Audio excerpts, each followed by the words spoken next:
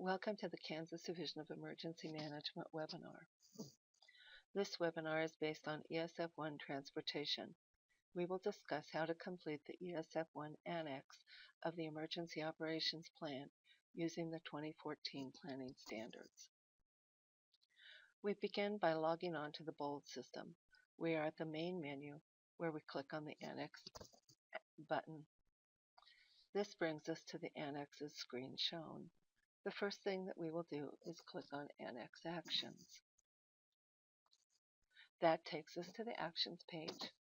On this page you will see stars next to some of the actions. A star means that the action has been assigned to a specific agency or agencies. If there's not a star beside the action, it indicates that the action has been assigned to all agencies listed in the plan. You can see that in Demo County, it is the responsibility of all agencies to maintain their own personnel roster, contact, and support list to support ESF1 tasks. You can see that a specific agency has been assigned or identified to be responsible for the initial notification of ESF1. That's the agency that would start the calling tree or other types of notification. In number 3, the liaison role has also been assigned to a specific agency. But when we get to number 4, develop standard operating guides and checklists to support ESF1 activities, it shows that there's a specific agency designated to accomplish that action. In Demo County, I want that action to be the responsibility of every agency. I want each agency to write the SOG for their organization that deals with how they will respond. So I'm going to change that action. When I click on the Edit button, I get the pop-up box shown, which states the action. You can see that there are tabs for annexes, departments, and risks across the top. I want to change the departments assigned, so I click on that tab. Now I can see the agency responsible for the action is the Demo County Board of Commissioners. I want to change that to all departments and the positions, so I simply click on the top button, All Departments Positions, and click on Save.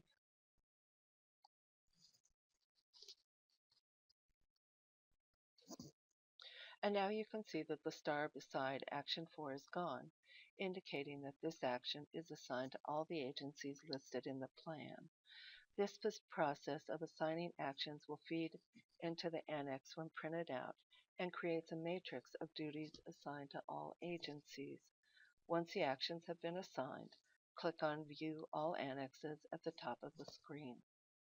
This is a difficult process, but it's timely, it's well worth it because it identifies all the actions for later. We are now again at the Annex page. This time we click on the Annex Details button next to ESF1 Transportation. On this page, we will assign the agency that will coordinate with the response, which agencies will act as primary response position, and which agency will act in a supporting role. Remember that it's important to only have one coordinating agency. That agency is like the conductor of an orchestra, directing all the musicians as they play their particular sheet of music. If you have more than one conductor, it creates chaos, and the same is true for having more than one coordinating agency for an ESF response. Any agency that has a major role in the response would be marked, and as you can see, Demo County needs some reconsideration in assigning these duties.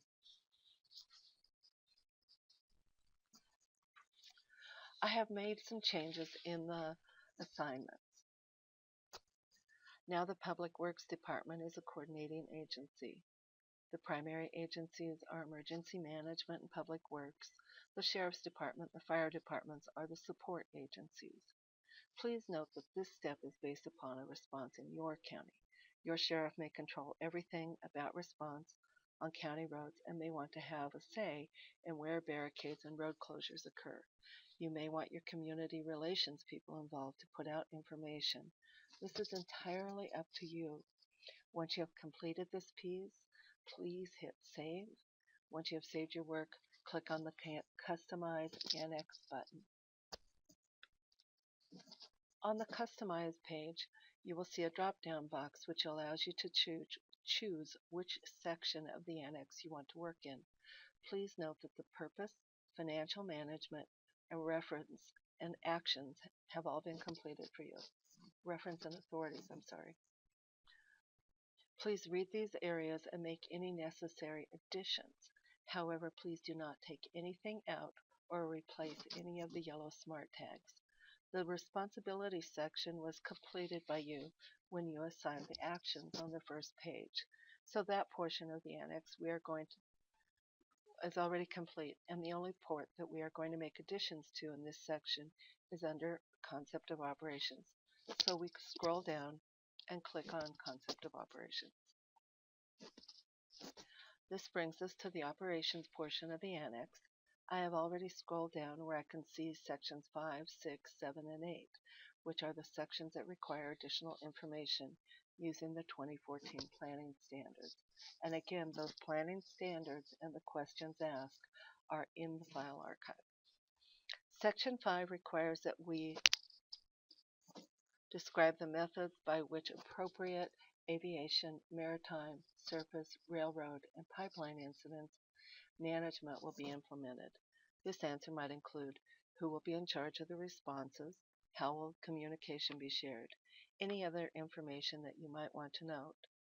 In Section 6, Air Traffic Management, that might include that the FAA will be contacted for assistance, or it might include that you only have a small airfield for crop dusters, and this really doesn't usually apply. Please give information about your air traffic, who would manage an incident, who would be asked to assist if they were an outside agency, anything that you think is important for your plan. Remember that this is your county's plan. Please also remember that you don't write the plan for yourself. You write it for the people who may follow you or who need to know what to do if you're not available.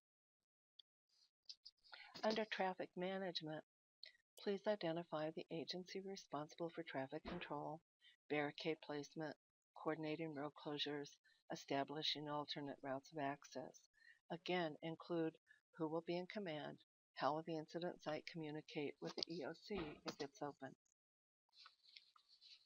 Evacuations is pretty big. Please list the agencies who can recommend evacuation. If it's an emergency, how will you evacuate individuals to protect lives?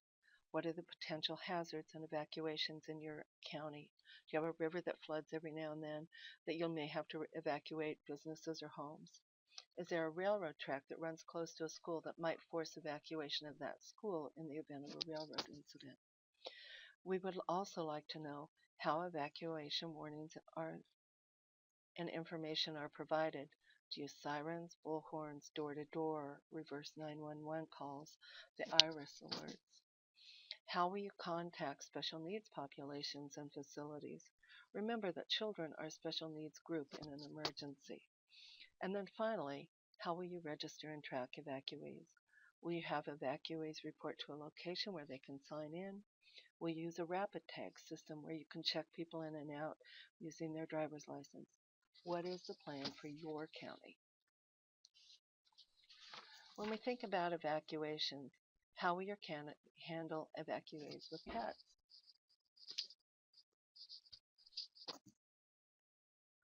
Will you have to ask for help from your local veterinarians or from the state animal response team?